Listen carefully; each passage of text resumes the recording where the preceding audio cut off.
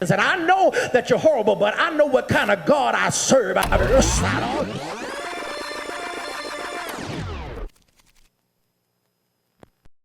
What's up, my beloved Tab I fam? God bless you. I hope that this was a good week for you. Once again, I hope that as we concluded our mental break series, that you took seriously what we talked about. We were challenged to get some sleep and to also get some time away. Listen, last week we did the final sermon, which was get some help. How many of you know all of us need some help? Listen, I think this word is an on-time word. It's going to be a word that's going to carry us throughout the rest of the year. Listen, I need you to check us out on tomorrow, 9 and 11 o'clock. We're starting a brand new series, Hope for Dark Days. And tomorrow at 5, guess what? It's going to be our annual candlelight communion. But this year is going to be virtual. So go ahead and get all your supplies. We're only doing communion at our 5 o'clock service, but our 9 and 11 tomorrow, Hope for Dark Days. Well, let's go into this final installment of our mental break series, Get Some Help. I love you. See you soon. When Jesus heard the news about John, he left there in a boat and went to a lonely place by himself. Once again, I want to talk from that thought. Get some time away. Lord, speak. Your people need to hear. As we're thinking through this, with so much that's going on, let's be honest. It just seems as if we are bombarded with issues, concerns, crises, and yes, even storms. Those storms and notions of crisis is just part of life. And even though we know that, it still does not make it easier to comprehend. I mean, it is true. Either you're in a crisis, you're going to a crisis, or you're getting out of a crisis. And that statement kind of speaks to the reality that it is inevitable that we will endure things, that trouble will come, pain and problems will persist. And that just seems to be par for life. But this year, 2020, has exasperated it. It's elongated this year. It has made many of us just feel like things are spiraling out of control, not only from a global pandemic, racial unrest, and now even the latest of political uncertainty, as we're trying to figure out, can we just go ahead and turn the chapter on this year? I don't know about you. I can't wait to New Year's to get into another year. But the truth of the matter is, if it would be honest, we're not even sure how much change is going to happen at the beginning of next year. With that being said, as we begin to define what our crises are, we began to see them under a couple of banners. Either they're accidental or situational, stuff that just happens, that comes in our lives that are unexpected. It's almost like with Job, who had to deal with the loss of family and fortune and even the stretching of his own faith. But also you have what's called developmental crises, things that come just through the process of life, whether you got married or perhaps went off to school. Many of us had to transition during this season. Life has continued on even in the midst of a global pandemic. But then there's also existential crises that go along with accidental and developmental crises. These are things that are systemic in nature, this par for the course, whether it's racism or sexism or classism, these issues that seem to be pounding on our lives every single day. And our responses to these crises, no matter who we are, no matter how saved we are, is the truth is that a lot of us oftentimes are feeling overwhelmed. We're stressed. We're anxious. I can't tell you how often my inbox is filled. Our congregational care team is having to deal with people who are just tired. I mean, they are sick and tired of being sick and tired. And one of the challenges with that is when we get stressed or have being too anxious, that can take us down some dangerous paths. I'm praying because I do believe that there's going to be a rise of addictions based on what we face this year. We're going to have challenges of also trying to deal with the stress in an unhealthy way. And if the truth be told, we're just at the point we want to tell God, stop the world and let us get off. And it is true, with all that going on, the pain, the main need and pressure that we're facing is that we really want to fix these problems. We really want to make sure that these circumstances are alleviated. And it is true, you can't fix it unless you face it. But I want to challenge us today, because I really want us to think through this today, because the thing I really want to put on our mind to contemplate is, does everything have to be fixed right now? In essence, there's that tension, because if you're like me, I get problems, I want to give a solution. But what I'm arguing today, unlike last week where Jesus got some sleep, is that I'm trying to argue today is that every moment requires a solution. Maybe this moment requires space. That I really want us to really think and consider this idea today, that the end of all that we're going through, maybe this is not a moment to try to seize the moment. Maybe this is the moment to get some space from the situation. Thomas Merton, one of my favorite devotional writers, talks about how many of us struggle with the contemplative life. And if we really think about it, many of our times we struggle just sitting still. Many times we struggle in solitude, and yes, we even struggle getting away. That's why this text of Matthew chapter 14 is very profound.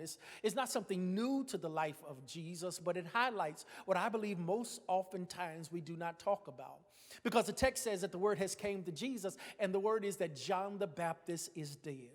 Notice how Jesus responds. The text says very clearly and succinctly in this portion of a verse, it simply says, and after hearing that word, Jesus gets away to a lonely place all by himself. In this moment, with everything that's going on, he's a son of God, and this is what Jesus chooses to do to get away. I really wanted to lift this up as God gave me guidance and he gave me permission to proceed with this series, is that it began for me to really begin to re-examine the life of Jesus, because I know oftentimes we focus on his birth, especially during this Christmas season. We talk about his miracles, his 7 I am statements. We talk about his death on the cross, but one of the most underheralded parts of his ministry perhaps was one of his most impactful, that whenever we talk about the ministry of Jesus, Jesus spent a lot of time in silence and in solitude. It's almost as if Jesus understood that it was just as important to do miracles and turn fish and bread into a meal or banquet, just as it was for him to sit still in places of silence, and yes, even to get away. Matter of fact, when we begin to study the trajectory of Jesus, we note that this was his common thing that he would do whenever he had a tough decision to make, or whenever he was having to deal with some things or make a prayerful decision, or yes, even to focus on prayer. Jesus would go into moments of solitude and of being in silence. And I raise that for us because in where Jesus is primarily located, it was hard to get away. The reason I say that is when you study how his ministry is constructed, he literally was in an area called Galilee. Galilee is a strange country. It was about 50 miles from north to south, 25 from east to west. It was densely populated. In that small area of land, there was about 204 towns, and they at least had 15,000 persons per town. In other words, some scholars have suggested that this place was overcrowded. So you can imagine it became difficult for the Son of God, who was growing in notoriety, to find a place to get away. But our text reminds us that Jesus understood that even though I could not get away in Galilee, he could travel across the other side of a lake. The left side or the east side of the lake was about 8 miles away. It was a less populated place. And whenever you study the places where Jesus would go, this would be a major place where Jesus would find refuge. That he knew that Galilee was too crowded. Galilee, he was too known. But thanks be to God, he had a east side of a lake. And I want to offer that for you today, because I think that this moment that Jesus decides to go there, this place of refuge and rest, this place of solitude and silence, is significant because life is like Galilee. It is overcrowded. It is packed. It is got so much going on. All of us need a place we can get away from it all. I don't know where you are. I'm not sure exactly how your life is constructed. But I will admit to you that one of the things that I think will do us so good is if you and I would try to find out what is our east side of the lake. What is the place we can go and be in silence? Where can we go and be in solitude? Because I don't care how important you are in Galilee, you're going to break unless you find some time to get away. And that's what the passage allows us to unpack. That's what we see in this portion with Jesus. I mean, this man who takes silence and solitude seriously before decisions, before he's trying to get into prayer, but even dealing with grief, he teaches you and I the importance of being mature enough to know when is enough and know when we have to step away from some stuff and create space instead of providing a solution. Can I help you? I want you to know that solitude can be some of the best self-care. And here's the truth. If you don't prioritize it, no one else will. And just like I challenge you to get some sleep, today I'm challenging you to get some space.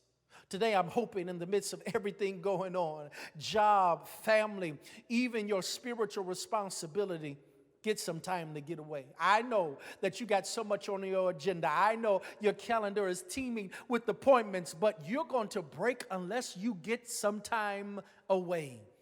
And that's what our text seems to lift up. And I want to talk about this notion of solitude from this perspective. This actually is the 5th time in the Gospel of Matthew that Jesus gets away. He would get away to pray. He would get away to get his thoughts together. But this time was unique and different, because he was responding to an overwhelming moment, and we see him taking time to get away. What is it? I want you to really jot these down. Can we walk this together? Just a few thoughts that I really want us to ponder. As I was practicing and preparing and praying over this message, God was speaking even into my own life. And I really hope that you'll walk this journey with all of us together, that it's just not sleep that God requires, but he also requires some space. So the first thing that I noticed in our text about why I think Jesus makes the decision in this moment to get away is because he shows you and I the reality is that we must get away in order to grapple with the reality of the pain. Here's the truth. Let me give you this news flash. Jesus had pain. And this text highlights it.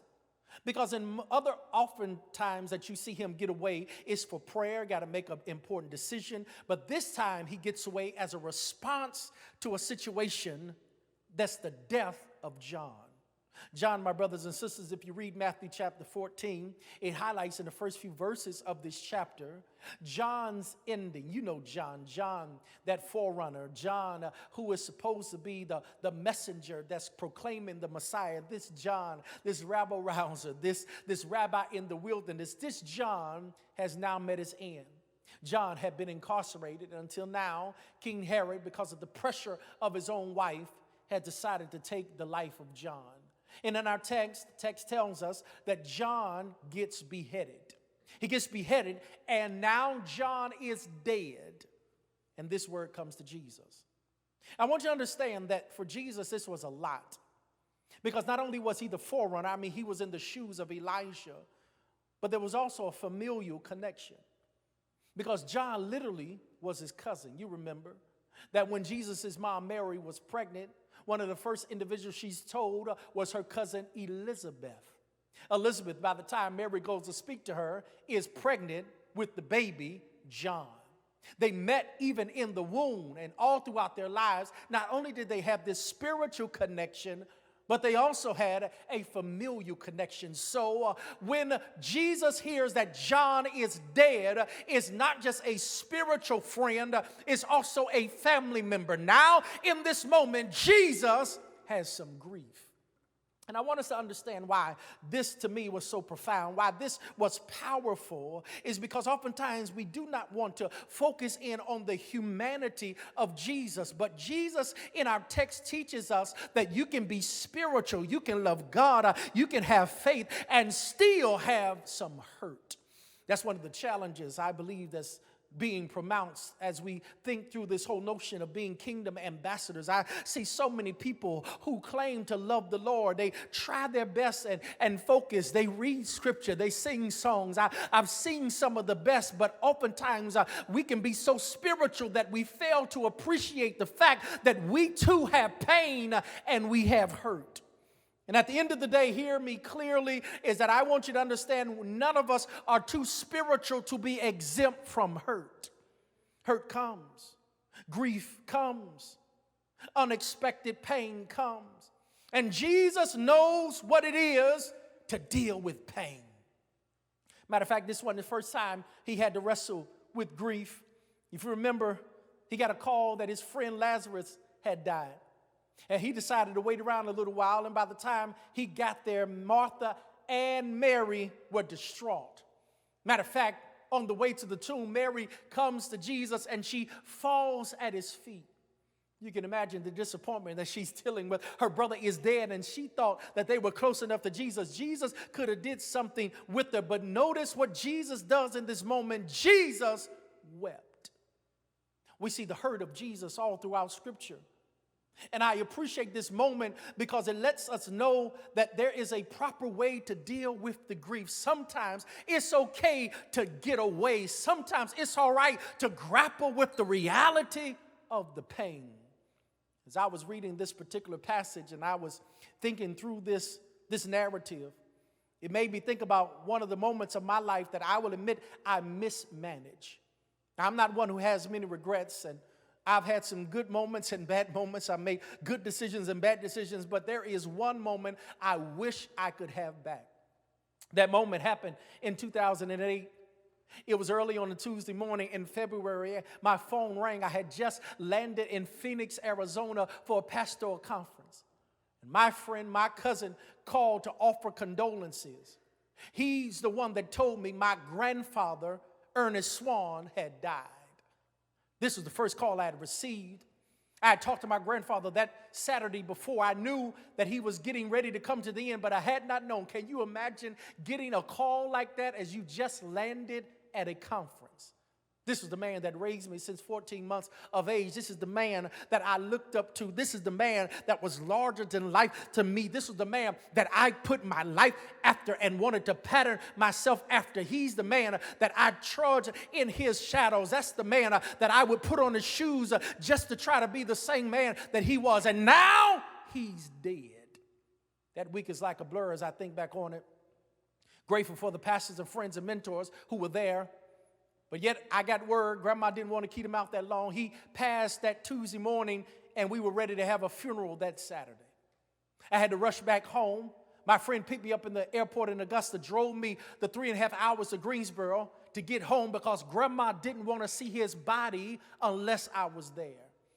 Soon as I got home, she jumped in the car. We went to the funeral home, had to get things together. This was happening within the span of some days. Things were happening so fast. We did a wake, and then we did the funeral on Saturday. And I had to have the responsibility to stand preaching my own grandfather's funeral. And here's the thing. After that funeral, I'm grateful for an amazing church Tabernacle that got on the bus, drove up. Many sang in the choir at my grandfather's homegoing. It was a powerful moment. But that afternoon, after the funeral, I bid my family adieu, got back in the car, drove 3.5, 4 hours back home so I could preach on Sunday morning at Tabernacle. I had an afternoon service. That afternoon, I preached there, and then I kept going about my business. In my mind, I just had to keep moving. I had to keep going. And I will admit to you, if I had to do it over, I would have took some time. I went too fast. I thought I was stronger than I really was. I should have taken some time, some weeks to get over. And I will admit to you, because of that mismanagement, because I did not manage the grief and the pain well, I still feel the reverberations of that hurt every single day. Sometimes it hits me when I'm not even thinking about it. Sometimes it comes in the middle of the night, and I wish I could go back and just deal with the pain. That's what Jesus does in our text. He hears his loved one, his friend, his cousin, spiritual forerunner make the decision, and he got away. And I want to tell you, my brothers and sisters, there's been a lot of loss for us this year. There are people that's listening right now. You've lost loved ones to COVID-19. You lost loved ones to other ailments. You've lost jobs. This has been a year of tremendous loss. And sometimes you got to have to get away in order to grapple with the reality of pain.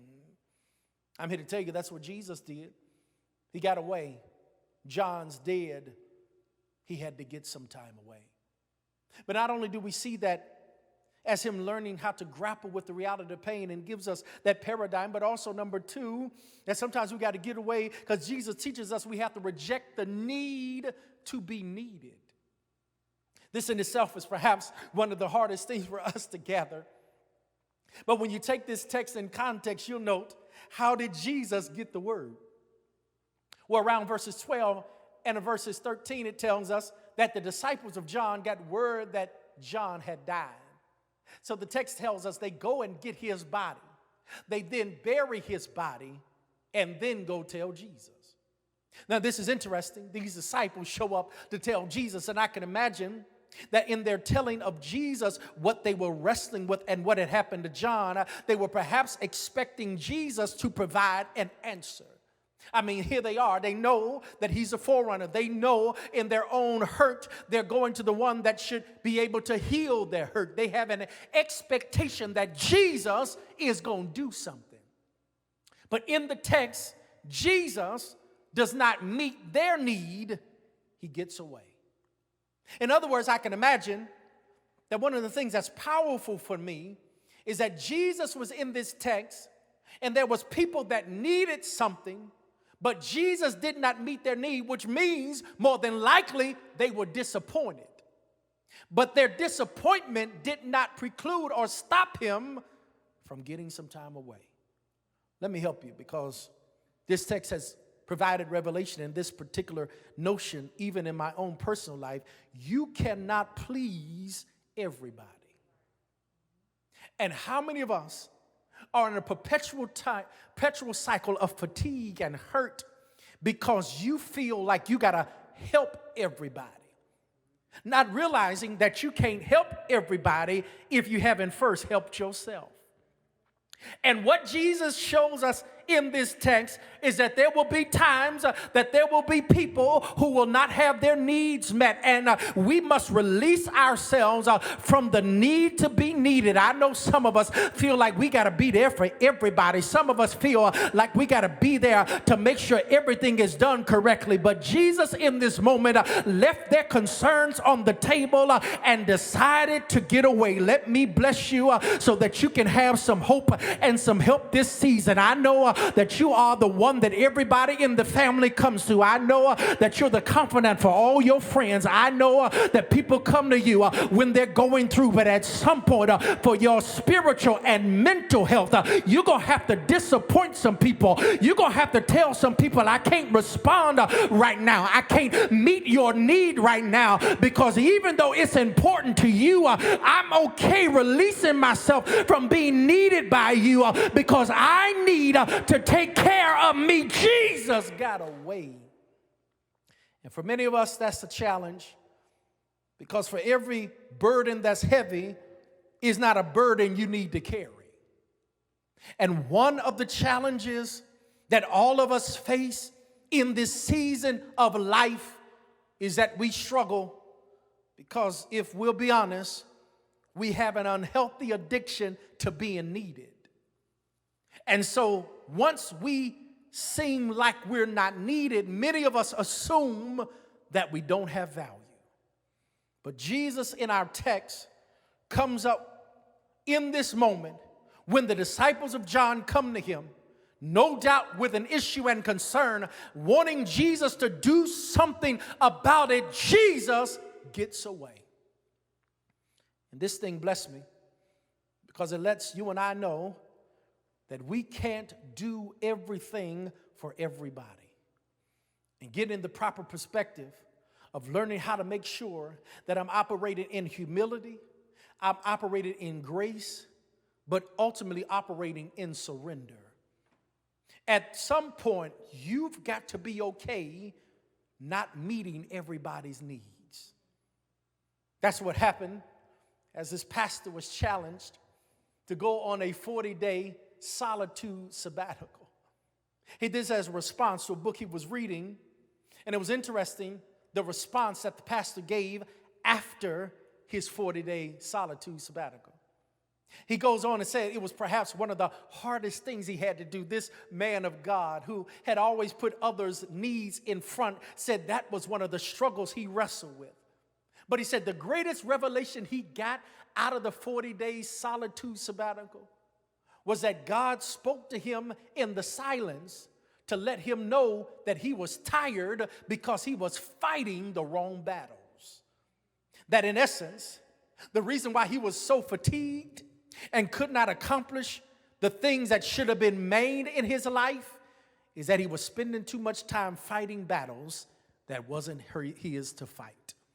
And I want to suggest for each of us that at some point, perhaps, we need to say, God, release me from the addiction of being needed.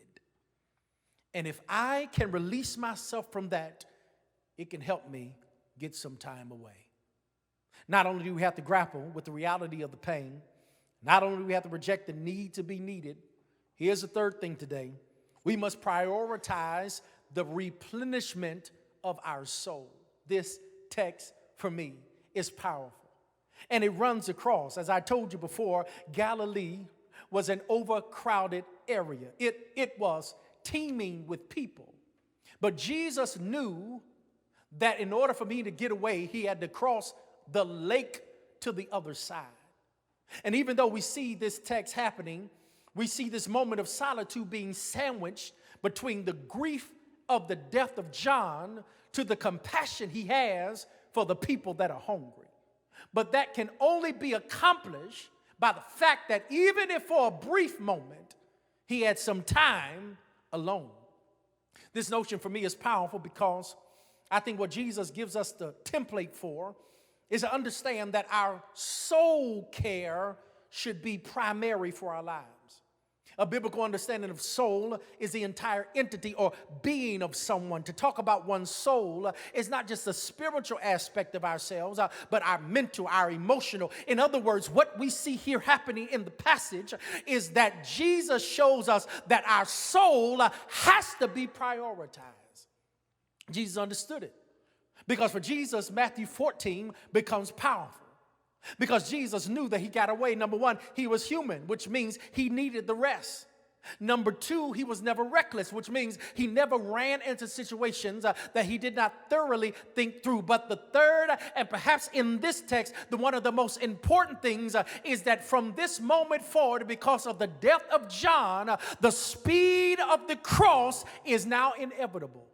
It is now from this moment that Jesus is ultimately on his way straight to the cross. And from Matthew 14 onward, we began to see how Jesus has to withdraw because the inevitability of the cross is at hand. And because of this reality, knowing what's ahead of him, he realizes that if I am to be strong enough to handle what's ahead of me, I've got to spend more time with God than I spend with anybody else. In other words, he says, I'm going to use this moment of solitude and silence and surrender, and I'm not just going to use it just to get away, No, I'm going to use it to reconnect with the one that can strengthen me when I'm weak, can give me joy in my pain, and give me power in my time of seclusion. He literally says that I'm going to use this time to make sure my soul gets what it needs. And let's be honest, for many of us in this season, we've allowed our souls to be weakened. We've allowed our souls to be drained. And the only way you can get it back is not making more spiritual Facebook posts. It's not trying to listen to the latest news cycle. But perhaps the thing we are missing, the thing that's causing us the greatest fatigue is that somehow in all we're going through, we have become disconnected from God. But maybe God is saying, I need you to get some time away so that you can spend all the time with me, because until you feel my flow and feel my spirit, you will never be what you need to be where I'm taking you. So I need you to get away from the hustle and bustle so you can hear my voice. I need you to get away from the negative stuff so you can hear my voice. I need you to cut some stuff off, push away from the table, go to the other side of the lake so that you can know it's me and only me that can provide you what you need. That's what he says. And I know for many of us, we have not yet embraced the reality of the power of solitude. That's what a man by the name of Ferdinand Lesseps found out. It was 1832. He was crossing in a vessel on the Mediterranean. But all of a sudden, a sickness broke out on the boat that caused the whole ship to be quarantined and shut down. Ferdinand was a very active person, so he could not envision his life being shut in a room in a quarantined ship in 1832. He was angry, he was mad, and he felt like he could not stay within the confines of the shut-in. But while he was there, he happened to come across a writing of a man by the name of Le Charles. Le Charles had been contemplating what it would take to create a canal from the Red Sea to the Mediterranean. This spoke to the spirit of Ferdinand, because Ferdinand had always considered how can he attribute this help into creating his own canal or channel. And wouldn't it be that 30 years after this moment, in 1862, it is this Ferdinand that helps create what is called the Suez Canal.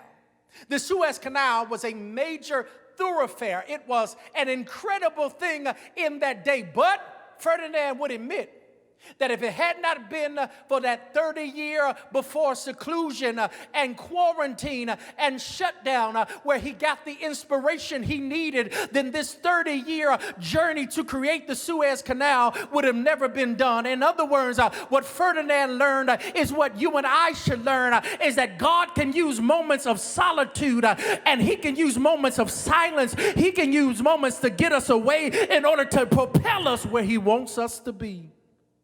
That's our text. That Jesus in this moment realizes that if I am to be effective, I must learn that I have got to get some time away. That's my word for you today. I hope and pray that as we consider what this means for us mentally and spiritually and emotionally, not only do we need sleep, but we also need some space. My prayer is for each of us to take seriously in this season, how can I get some time away? Listen, there's never a convenient time to do anything. I too know the challenge. I too am going through a period where I'm trying to figure out when can I get some moments away. But Jesus teaches us it don't have to be far to be far.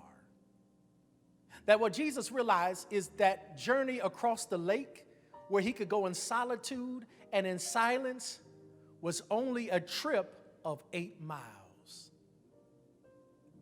As soon as he crossed over this small body of water, he found the solace and solitude that he needed. What I'm saying is, it doesn't have to be a place that requires a passport to be a place for you to get away to.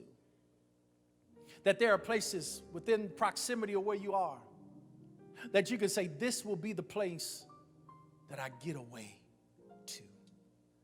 I don't know what that looks like for you. Maybe it's checking yourself in to a neighboring town and to a hotel that's following COVID-19 restrictions, but you can at least get a day or two in and just get away.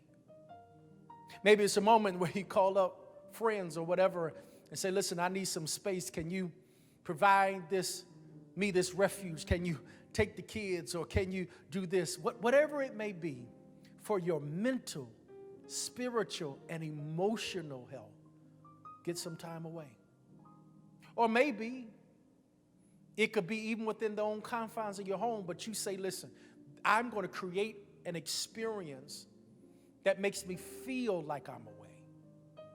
Now that may be hard. I know the difficulty now, especially with everything being home. But what I am saying is sometimes what you can't do physically, you ought to still be able to try to do mentally. What can I do to get away? How can I create this moment? Because I don't know about you, if we don't deal with it now, there will come a time where it can't get the best of us. Listen, I'm praying for you. I'm asking God's grace upon you. Father, I ask that you allow us the capacity, the opportunity.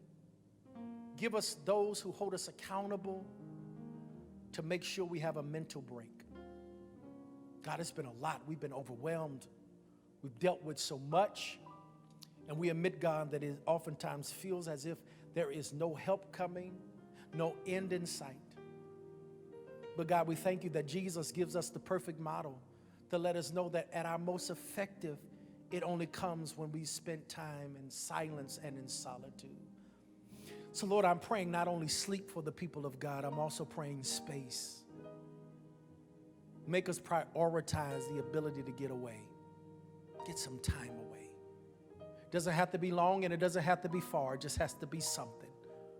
Let us start the journey.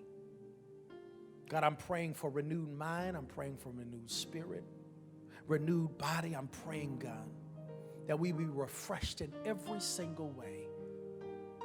We got a long way to go on what we're going through. So we need the space and the break. Breathe into us the importance of doing that, God. Even you took time to rest.